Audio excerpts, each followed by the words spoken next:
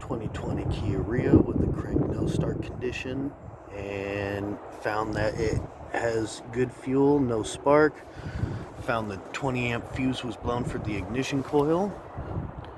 So I checked resistance to ground through that circuit, and when I disconnect cylinder 1,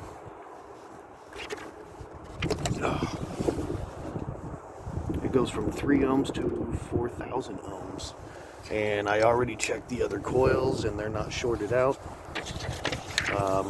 Yeah, let's put a new fuse in, new coil, and crank it over, see if it starts.